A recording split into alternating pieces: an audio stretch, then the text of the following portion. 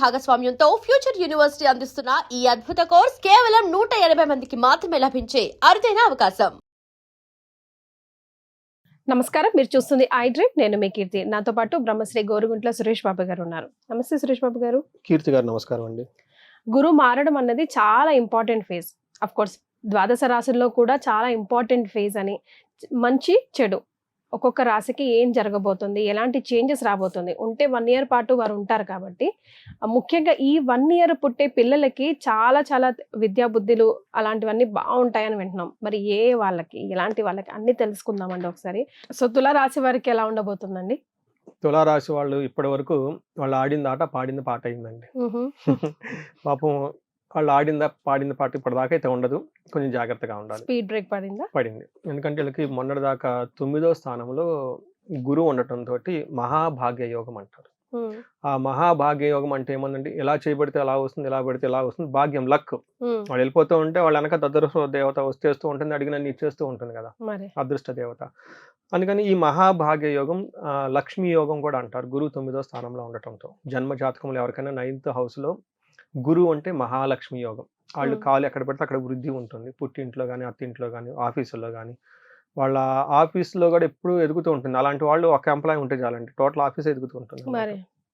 ఇంకా 9వ స్థానంలో నుంచి 10వ స్థానంలో రావడంతో ఇప్పటిదాకా ఉన్న దూకుడికి కొంచెం బ్రేక్ పడే అవకాశం ఉంటుందండి. సో ఏమవుతుందంటే, జనరల్గా మనం చేయకుండానే పని రిజల్ట్ వచ్చింది అనుకోండి, హార్డ్ వర్క్ చేయాల్సి వచ్చిన టైంలో ఇబ్బంది పడిపోతారనమాట. అందుకని ఏలినాటి శని అయిపోయిన వెంటనే ఎందుకు బాగా వృద్ధి చెందుతారంటే, ఏలినాటి శని అన్ని ఇబ్బందులు పెట్టడం వల్ల, ఇబ్బందులు ఆపేయటం వల్ల మనం న్యాచురల్గానే ముందుకు వచ్చేస్తాం. అలానే వీళ్ళకి 9వ స్థానంలో గురువు ఉండి అడగకుండా అన్ని చేస్తున్నారు కదా. ఇప్పుడు ఆ పరిస్థితి లేకపోవడంతో వీళ్ళు సఫోకేషన్ అయిపోతారు, ఇబ్బంది పడిపోతూ ఉంటారు, ఫ్రస్ట్రేషన్ అయిపోతూ ఉంటారు. ఎవరితో చూపించాలి ఆ ఫ్రస్ట్రేషన్? ఇంట్లో లేదా బాసులతో. అంతే కదా. ఉండే వాళ్ళు అమాయకులు అనమాట. వాళ్ళు ఇంట్లో వాళ్ళు, లేదంటే ఆఫీస్లో బాస్. మనకి సంస్కృతిలో ఏం చెప్తారంటే, ధాన్య నాశ అంటే సరైన ఎఫర్ట్ రాకుండా, అగ్రికల్చరల్ ఎవరైనా పంటలు వాటి దిగుబడి సరిగా ఉండదు. నెక్స్ట్ ధనచ్ఛేద, అనుకున్న విధంగా ప్రమోషన్స్ కానివ్వండి, ఇంక్రిమెంట్ హైక్స్ కానివ్వండి, ఇవి ఎక్కువగా రావు, వృధాగా ఖర్చు అయిపోతూ ఉంటుంది. వృధా సంచారణం, ఇది చాలా ఇంపార్టెంట్ అండి. ఊరికి అటు ఇటు తిరుగుతూ ఉంటారు, పని ఏమి ఉండదు వీళ్ళకి.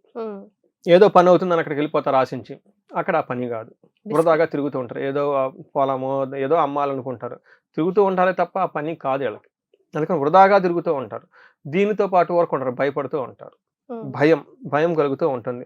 స్వజనైర్ దోషణం, వాళ్ళ పక్కన ఉన్న అప్పటిదాకా మెచ్చుకున్న వాళ్ళు, వీళ్ళకి సపోర్ట్ ఇచ్చిన వాళ్ళు యూటర్న్ తీసుకొని వీళ్ళనే తిట్టడం, వీళ్ళకి అన్ని చేయడం చేస్తూ ఉంటారు, రివర్స్లో అన్ని ఇస్తూ ఉంటారు. కాబట్టి చాలా జాగ్రత్తగా ఉండవలసిన టైం అయితే మనం చెప్పుకోవచ్చు. ఇన్ సమరీ ఏం చేయాలి? ధాన్యనాశనం, ధననాశనం, వృధాగా తిరగటం, భయపడటం, బంధువులతో గొడవలు జరుగుతూ ఉంటాయి. ఎబో ఆఫ్ దట్ 10వ స్థానంలో ఉండటంతో ఉద్యోగంలో ఏదో చేయాలి కాబట్టి జాబ్ బలవంతంగా చేస్తున్నాము, తిట్టుకుంటా చేసుకుంటూ కూర్చుంటాం. నేను కాబట్టి జాబ్ చేస్తున్నాను, వేరే వాళ్ళు ఎవరు చేస్తారు, ఇక్కడ కుదరక బయట ఆపర్చునిటీస్ లాగా చేస్తూ ఉన్నాను, ఇలా రకరకాల ఆలోచనతో వర్క్ ఎక్కువ చేస్తూ ఉంటారు. పాజిటివ్ సైడ్లో ఎడ్యుకేషన్, హైయర్ ఎడ్యుకేషన్ చేయాలనుకున్న వాళ్ళకి అనుకూలంగా ఉంటుంది. టయానికి మంచి ఫుడ్ అయితే తింటూ ఉంటారు, అందులో కాంప్రమైజ్ అయితే కానే కారు. మంచి ఫుడ్ చక్కగా బాగా హ్యాపీగా ఉంటూ ఉంటారు. కొంచెం దీర్ఘకాలికమైన వ్యాధులు వచ్చే అవకాశం ఉంటుంది. ఇందులో మనకి పురాణాల్లో ఒక స్టోరీ ఉంటుందండి. శివునికి ఆయన యొక్క జన్మ రాశి నుంచి 10వ స్థానంలో గురువు ఉన్నప్పుడు బ్రహ్మ హత్యా పాతకం చేస్తాడు. అంటే కొన్ని రీజన్ల వల్ల బ్రహ్మ తలని తీసేయాల్సి వస్తున్నప్పుడు ఆ తల చిటికి నెలకు అతుక్కొని ఉంటుంది. ఆ చిటికి నెలకు ఉన్న శిరస్సును పట్టుకొని ఏం చేయాలో అర్థం కాకుండా ఆ పాతకం చుట్టుకోవటం వల్ల కైలాసానికి వెళ్ళలేరు. మరేం చేయాలి? ఆల్టర్నేట్గా కాశీపుర వీధుల్లో తిరుగుతూ భిక్షం ఎత్తుకుంటూ ఉంటారు. అప్పుడు అన్నపూర్ణాదేవి అవతారం కూడా వస్తుంది, పార్వతీదేవి. ఇలా జరుగున్న టైంలో ఇలా శివుడికి జరిగింది కాబట్టి అని చెప్తుంటారు. అందుకని వృధా సంచారం, వృధాగా తిరుగుతూ ఉంటారు. భయం, ఏదో గిల్టీ పని చేసాం, ఏదో తప్పు పని చేసామని చెప్పేసి. దీనికి మనకు అసోసియేట్ చేసుకోవచ్చు. అంటే అందరికి ఎలా జరుగుతుందని కాదు, మనకు ఒక ఐడియా ఇస్తుంది అనమాట. బట్ ఫైనల్గా బ్రహ్మ హత్య నుంచి బయటికి తప్పించుకొని మళ్ళీ కైలాసం వెళ్ళిపోతూ ఉంటారు.